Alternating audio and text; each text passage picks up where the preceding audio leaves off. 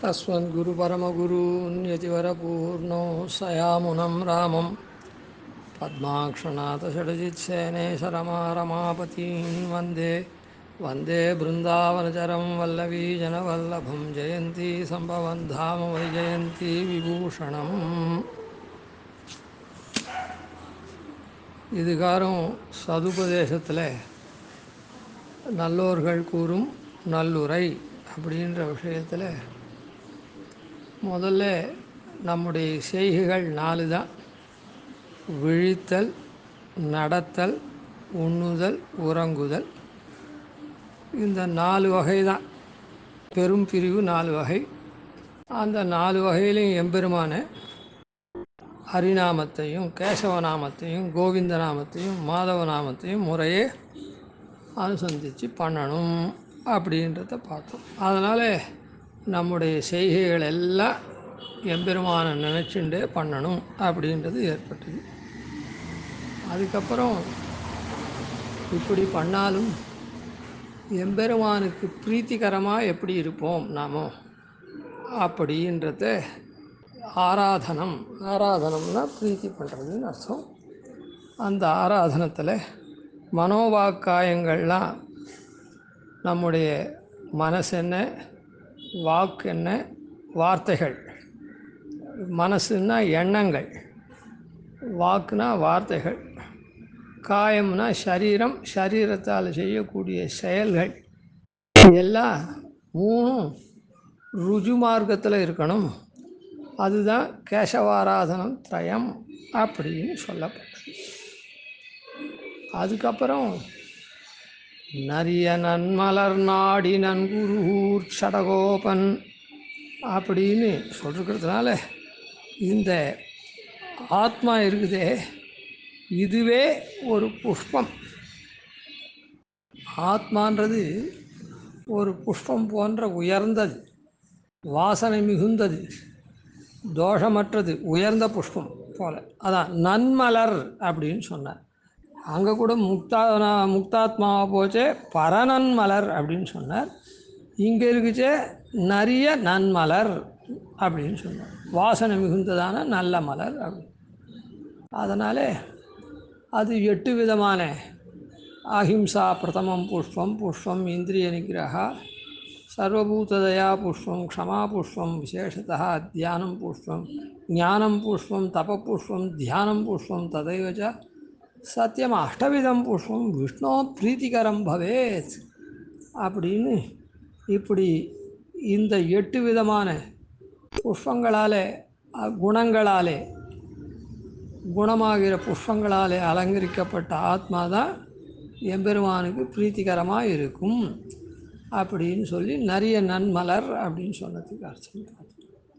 அதுக்கப்புறம் அந்த எம்பெருமானுக்கு நாம் இப்படி பிரீத்தி பண்ணால் கூட நம்ம கிரகத்தில் எம்பெருமான் எழுந்தருள் இருக்கானே,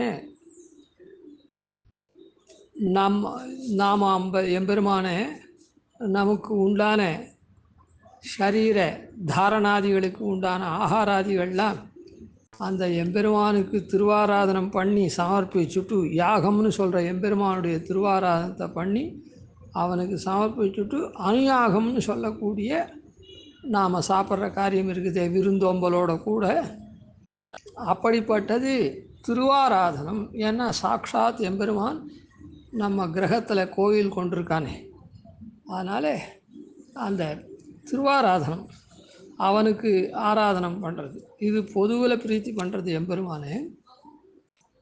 நம்ம ஆற்றுலையே எழுந்தருள் இருக்கக்கூடிய எம்பெருமானுக்கு திருவாராதனம் பண்ணுறது, அதை பார்த்தோம்.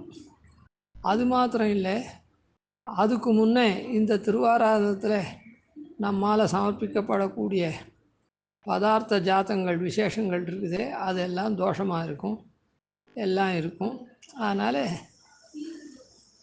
மானசீக ஆராதனமாக நம்ம உள்ளமாங்கோயிலில் எம்பெருமான் இருக்கானே, அவனுக்கும் மானசீக ஆராதனம் திருவாராதனம் பண்ணுறத பார்த்தோம். இப்படி எல்லாம் பண்ணாலும் இப்படி இருக்கக்கூடிய வைஷ்ணவன் எப்படி இருக்கணும் அப்படின்னு சொன்னால், இருமப்பொழுதேத்தி அப்படின்னு பஞ்சகால பாராயணனாக இருக்கணும் அப்படின்றத பார்த்தோம். அபிகமனம், உபாதானம், இஜ்ஜை, சுவாத்தியாயம், யோகம் அப்படின்னு அபிகமனம்னு நாம் எழுந்து காலைக்கடன்லாம் முடித்து நாம் பண்ண வேண்டிய ஸ்நானாதிகள் அது இதெல்லாம் முடித்து கர்மாக்கள்லாம் முடித்து எம்பெருமானிடத்தில் போய் தொழுது அவனிடத்தில் ஆத்மாவை சமர்ப்பித்து எதுக்காக இந்த மாதிரி இனிய போது நல்ல போதாக போகணும் அப்படின்னு பிரார்த்திக்கிறது அபிகமனம். அதுக்கப்புறம் அவனுடைய திருவாராதனம்னா நம்முடைய குடும்ப ரட்சணத்துக்கு உண்டான பதார்த்த ஜாத்தங்கள்லாம் சம்பாதிச்சு தளிகை முதலியது பண்ணி அவனுக்கு அமுது செய்யறதுக்காக பண்ண வேண்டியது. அதில் அதிதிகளினுடைய சத்காரத்துக்காகவும் சம்பாதனம் பண்ணணும். அதெல்லாம் உபாதான கால காரியம். அந்த எம்பெருமானுக்கு திருவாராதனம் பண்ணுறதுக்கு வேண்டிய நமக்கு ஞான சக்தி மனோர் நைமல்யமெல்லாம் ஓணுமே. அது மாதிரி அதனால் எம்பெருமான் விஷயமான கிரந்தங்களை காலக்ஷேபம் பண்ணி ஆத்ம குணத்தை வளர்த்துக்கிறதுக்கும் அந்த உபாதான காலம் அது காலக்ஷேபங்கள்லாம். அதுக்கப்புறம் இஜ்ஜியா காலம்ன்றது நேரடியாக எம்பெருமானுக்கு திருவாராதனம், அதாவது அபிஷேக ஆராதனைகள்லாம் கந்த புஷ்ப தூப தீப அர்ச்சனை மந்திர புஷ்பாதிகள்லாம் பண்ணி நிவேதனம் பண்ணி அதெல்லாம் மந்திரங்கள்லாம் ஓதி வேத பிரபந்தங்கள்லாம் ஓதி பண்ணக்கூடிய ஆராதனம் இஜ்ஜியா காலத்தில் திருவாராதனம். அதுக்கப்புறம் அனுயாகம் அப்படின்னு அந்த இஜ்ஜியா காலத்தில் அவனுடைய பிரசாதத்தை உடுத்து கலைந்தனின் பீதகவாடை உடுத்து கலத்தது உண்டு. அந்த எம்பெருமானம் செஞ்ச பாத்திரத்தில் இருக்கிறதெல்லாம் நாம் சாப்பிட்டு அப்படின்ற ரீதியில் நம்ம அதுவரையில் இஜ்ஜியா காலம். அதுக்கு மேலே வேதாங்கங்கள்லாம் வாசிக்கிறதும் நம்முடைய வாழ்க்கையை இன்னும் செவ்வனே பண்ணக்கூடியதுக்கு இன்னும் செம்மையாக்கிறதுக்கு சௌகரியாதிகளோடு கூட நாம் வாழறதுக்கு உண்டான முயற்சிகள்லாம் பண்ணி அதுக்கு உண்டான சம்பாதனங்கள்லாம் அப்போ சொன்னது அன்றைக்கி திருவாராதனத்துக்கு மாத்திரம் உபாதான காலத்தில். இப்போ இந்த சுவாத்தியாயம்னு சொல்கிற காலத்தில் நாம் நம்முடைய ஞான சக்தி எல்லாத்தையும் வளர்த்துண்டு இன்னும் சௌகரியமாக இருக்கிறதுக்கு உண்டான படிக்கு சம்பாதனங்கள்லாம் பண்ணக்கூடிய காலம் சுவாத்தியாய காலம். அதிலேயே சாயம் அபிமானம்னு சொல்லக்கூடிய சாயங்காலம் எம்பெருமானே சந்தியா காலம் ஆன உடனே சேவிக்கிறதும் அடங்கும். அது சாயங்காலம் சாப்பிட்றதும் அடங்கும். அதுக்கப்புறம் யோகம் அப்படின்னு எம்பெருமானோட தான் நாம் படுத்து தூங்கிறது. அது எம்பெருமானிடத்தில் நம்ம ஆத்மா போய் சேர்ந்து படுத்துக்கிறது, அவனிடத்தில் இளைப்பாடுறது, நம்முடைய இந்திரியங்கள்லாம் இளைப்பாகி மறுநாள் புத்துணர்ச்சியோடு எழுந்துக்கிறோம். இப்படி சங்கிலி துவக்கான அந்த பஞ்சகால பிரக்கிரியை என்ன, பஞ்சகாலத்தினுடைய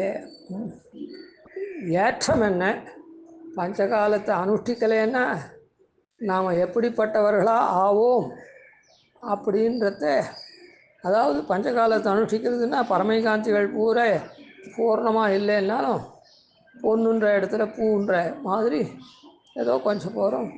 அந்தந்த காலத்தில் எம்பெருமானை நினைக்காத போயிட்டோம்னா நாம் எப்படிப்பட்ட அனர்த்தத்தை உடையவர்களாக ஆவோன்றதையும் அந்த பஞ்சகால பாராயணாள் இருக்கிறதுனால இந்த உலகம் நாம் எல்லாம் எப்படிப்பட்ட பெருமைகள் பெறுறோம் அப்படின்றதையும் இதுகாரம் பார்த்தோம்.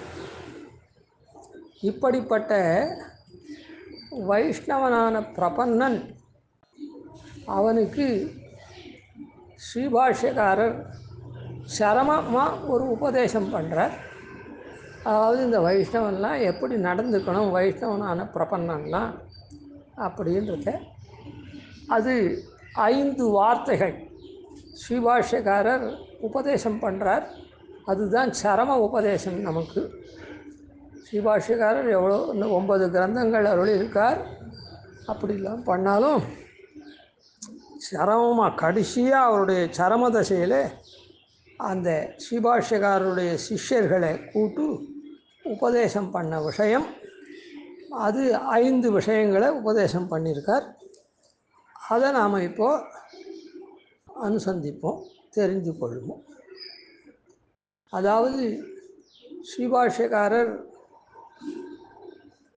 பரமபதத்துக்கு ஏழ்ற சமயம் அங்கே இருந்த முதலிகள்னால் அவருடைய சிஷ்ய வர்க்கங்கள்லாம் பாஷ்யக்காரரே திருநாட்டுக்கு எழுதிட்டார்னா நாமெல்லாம் இங்கே இருந்து என்ன பிரயோஜனம் அப்படின்னு நாமும் போயிடணும், இங்கே இருக்கக்கூடாது, பாஷ்யக்கார் இல்லாத இந்த இந்நிலத்தில் நாமெல்லாம் இருக்கக்கூடாது அப்படின்னு சொன்னால் அப்போ என்ன அர்த்தம்? பாஷ்யக்காருக்கு ஒரு முடிவு காலம் வந்தது, ஒருத்தராக இருந்தார், அது காலம் முடிஞ்சது, முடிய போகிற சமயத்தில் அவர் திருநாட்டுக்கு ஆள்றார். நாமெல்லாம் அவர் பின்னாலேயே அவர் இல்லாத இடத்துல இருக்கக்கூடாதுன்னா நம்ம ஆத்மஹத்தி பண்ணிக்கணும் அப்படின்ற ஒரு மனோபாவத்தில் அவள்லாம் தன்னை மாய்த்து கொள்ளணும் அப்படின்ற எண்ணத்தில் அந்த முதலிகள்லாம் இருக்கிறத அறிஞ்சுண்டு அவளுடைய எண்ணத்தை பாஷ்யக்காரர் அவளை கூட்டு சாய்க்கிறார். என்னான்னு சாய்க்கிறார் அப்படின்னு சொன்னால், நான் அந்த பங்கியெலாம் அப்புறம் தேசிகன் சாதிச்சிருக்கிறத அப்படியே நம்ம சேவிப்போம். முதல்ல சுருக்கமாக விஷயத்தை சொல்கிறேன். நான் என்னுடைய வியோக காலத்தில், வியோகம்னா பிரிவு காலத்தில் யாருன்னா தேகத்தை தியாகம் பண்ணாக்கா நான் அளவந்தார் மேலே ஆணையிட்டு சபதம் பண்ணி சொல்கிறேன், எனக்கும் அவளுக்கும் துளி கூட சம்பந்தம் இல்லை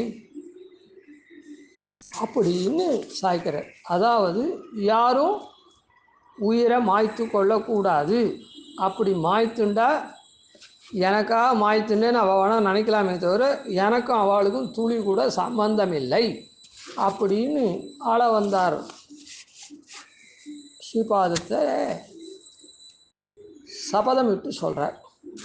அப்படி சொல்லிவிட்டு அவள்லாம் என்னடா இது பாஷ்யக்கார் இந்த மாதிரி பாஷ்யக்கார் இல்லாத இந்த நிலத்தில் நமக்கு என்ன காரியம், நாமெல்லாம் போயிடணும்னு நினச்சா இப்படி பாஷ்யக்கார் தன்னுடைய சம்பந்தமே இல்லைன்னு சொல்லிட்டாரே அப்படின்னு வருத்தப்பட்டு, அப்போ நாம் இங்கே இருந்தோம்னா பாஷ்யக்கார் நாளைக்கு அப்புறம் என்ன பண்ணணும், நாங்கள் என்ன மாதிரியாக நாங்கள் எங்களுடைய காலத்தை இது பண்ணணும் அப்படின்னு அவள் கேட்குறா. கேட்ட உடனே பாஷ்யக்காரர் 5 விஷயங்கள் சாய்க்கிறார். 5 விஷயங்கள் என்ன விஷயம் அப்படின்னு சொன்னால், ஒருத்தன் பிரபன்னன் ஆயிட்டான்னா அவன் இந்த ஆத்மா மோட்சத்துக்கு போகுமோ போகாதோ அப்படின்னு கவலைப்படக்கூடாது, ஏன்னா கட்டாயம் போகும்னு அர்த்தம். அதே போல் இந்த தேகம் என்ன ஆகுமோ, இந்த சரீரம் என்ன ஆகுமோ அப்படின்னு கவலைப்படக்கூடாது அப்படின்னு பிரபன்னனாக இருந்தால் அப்படி தான் இருக்கணும். அதனுடைய வழியில் அது பாட்டுக்கு நடக்கும். விசாரப்பட்டு தானாக ஒரு முடிவு எதையும் பண்ணக்கூடாது அப்படின்னு அதுக்கு தாத்பரியம். அந்த மாதிரி இது அப்படின்னு ஒரு வார்த்தையை சொல்கிறார். 2வது வார்த்தையை என்ன சொல்கிறார் அப்படின்னா, ஓஹோ ஆத்மாவுக்காகவும் நாம் யோஜனை பண்ணக்கூட அது பாட்டுக்கு நடக்கும், சரீரத்துக்காக நடக்கும்னா நம்ம இஷ்டப்படி எண்ணம் கொண்டு வாயால் பேசி காரியம் பண்ணலாமா அப்படின்னா அதுவும் கூடாது. அப்படி இருந்ததுன்னா இவனுக்கு அது சொரூபம் இல்லை. அதனால் இஷ்டப்படி திரிஞ்சு காரியமெல்லாம் பண்ணக்கூடாது எண்ணி அப்படின்றது 2வது வார்த்தை. 3வது வார்த்தை என்ன சொல்கிறார் அப்படின்னா, இங்கே இருக்கிற காலத்தில் 5 விதமான கைங்கரியங்கள் பண்ணணும் அப்படின்னு சொல்கிறார். 5 விதமான கைங்கரியங்களை பண்ணி காலத்தை கழிக்கணும் அப்படின்னு சொல்கிறார். அந்த 5 விதமான கைங்கரியம் அப்படின்றது என்னென்னா, ஸ்ரீபாஷ்யத்தை வாசிக்கிறது, அதுக்கு யோக்கியத்தை இல்லைன்னா திவ்ய பிரபந்தத்தை பிரவர்த்திக்கிறது, அதுக்கும் யோக்கியத்தை இல்லைன்னா தனக்கு இஷ்டமான திவ்ய தேசங்களில் அமுதுபடி திருமாலை திருவிளக்கு அதெல்லாம் சமர்ப்பிக்கிறது, அதுக்கும் யோக்கியத்தை இல்லை அப்படின்னு சொன்னால் துவயத்தினுடைய அர்த்தத்தை அனுசந்தானம் பண்ணிட்டு இருக்கிறது, அதுக்கும் யோக்கியத்தை இல்லைன்னா ஒரு பரம பாகவதன் ஸ்ரீ வைஷ்ணவன் இவன் என்னுடையவன் அப்படின்னு நினைக்கிற மாதிரி அவளுடைய அபிமானத்தில் ஒதுங்கி வர்த்திக்கிறது அப்படின்றத சொன்னார். இந்த 5 காரியங்களை பண்ணி காலத்தை நடத்தலாம். அதுக்கப்புறம் 4வது வார்த்தை என்ன சொன்னார்னா, இப்படி வர்த்திக்கச்சே தான், இப்படி நடந்து வாழ்க்கையை நடத்தச்சே ஜாக்கிரதையாக முன்னாடி பார்த்து நடக்கணும். தாறுமாற, அதாவது முன்னாடி பார்த்து நடக்கணும்னா லோகத்தில் இருக்கவா மொத்தம் 3 வகையான பேர். அனுகூலர்னும், பிரதிகூலர்னும், அனுபயர். அனுகூலர்னா பாகவதாள் இடத்துல ஈடுபாடு உடையவர்கள். பிரதிகூலர் அப்படின்னு சொன்னால் பாகவதாள் இடத்துல பாகவதாளை தேசிப்பவர்கள். அனுபயர்னா அப்படி இல்லை, தன்னுடைய காரியம் உண்டு, தான் உண்டு, பாகவதாளை புரஸ்காரம் பண்ணுறதும் இல்லை, துவேஷிக்கிறதும் இல்லை. அவள் பாட்டுக்கு அவள் ஏதோ சம்பாதிக்கிறது என்ன, சாப்பிட்றது என்ன, அப்படி இருக்கக்கூடிய அனுபயர் அப்படின்னு சொல்லி அவளோட கூட எப்படியெல்லாம் நாம் நடந்து கொள்ள வேண்டும், அப்படி இந்த 3 பேரிடத்தில் எப்படி நடந்து கொள்ள வேண்டும் அப்படின்றத 4வது வார்த்தையில் சாய்க்கிறார். 5வது வார்த்தையில் என்ன சாய்க்கிறார் அப்படின்னு சொன்னால், இப்படி பண்ணாத மாறுதலாக பண்ணுறான்னு வச்சுப்போம். அதாவது அனுகூலர் இடத்துல எப்படி வச்சுக்கணும்னா, சந்தனம், குசுமம் அதெல்லாம் இருக்குது, அதை போல் அவளோட உகந்து ஸ்நேகபாவங்கள்லாம் கொண்டிருக்கணும். பிரதிகூலாளர் இடத்துல சர்ப்பாதிகள்லாம் இருக்குது, பாம்பு முதலிய, அதுலேருந்து எப்படி நாம் ஒதுங்கி வர்த்திப்போமோ அதை போல் இருக்கணும். அனுபயரை கண்டா கல் புல்லுலாம் இருக்குது, அதை போல் அவளை நாம் சாதாரணமாக நடத்தணும். அவளை துவேஷிக்கவும் கூடாது, உகக்கவும் கூடாது அப்படின்னு சொல்லியிருக்கார். அதை விஸ்தாரமாக அப்புறம் பார்ப்போம், வருஷலாக வரைச்சு. ஆன மாதிரி பண்ண ஒட்டாது இருக்கிறது இந்த 5வது வார்த்தையில் என்ன சொல்கிறார். ஆன மாதிரி 4வதுல சொன்னபடி நடக்கலைன்னா, நடக்காததுக்கு காரணம் என்னென்னா, இவனுக்கு அர்த்தத்தில் இருக்கக்கூடிய ஆசை. எப்படியோ ஒன்று நம்ம நிறைய பணம் சம்பாதிக்கணும் அப்படின்ற எண்ணத்தில் இருக்கிற ஆசையினால அனுகூலாளம் உகந்து வர்த்திக்காமல் துவேஷிக்கிறது, பிரதிகூலால் ஒதுங்கி வர்த்திக்காமல் அவளை கண்டு ஒதுங்கி வர்த்திக்காமல் அவளோட கூட சேர்ந்து வர்த்திக்கிறது. அதே போல் அனுபவரையும் சாதாரணமாக கல் எல்லாம் இருந்தால் என்ன பண்ணுவோம், அவகிட்ட பயப்படவும் மாட்டோம், அது இது பண்ணுவோம். ஆன மாதிரி இல்லாமல் அவளையும் ஆதரித்து பண்ணுறது, அப்படிலாம் பண்ணுறது எதுக்காக, அர்த்த காமங்களடியாக. அப்போ எம்பெருமான் திருவள்ளும் சீரும் அப்படின்னு இந்த 5 வார்த்தைகளை சொல்லி எம்பெருமானார் மாதிரி எப்படி வர்த்திக்கணுன்றத சொல்லியிருக்கார். அதனால் எம்பெருமானாருடைய வாக்கியப்படி நாமெல்லாம் நம்முடைய வாழ்க்கையை நடத்தணும். இதனுடைய விரிவை அடுத்ததுலேருந்து வருஷலாக பார்த்துன்னு வருவோம். கவிதார்க்கிய சிம்ஹாய கல்யாண குணசாலினே ஸ்ரீமதே வெங்கடேஷாய வேதாந்த குரவே நமः. ஆதிவண்டோபாதீன திவர்யான் பஜனிஷம் ஸ்ரீரங்கபூருஷடீசான பதாஸ்யம் ஸ்ரீவத்சம்சலகம் வந்தே ஸ்ரீகிருஷ்ணதேசிகம்.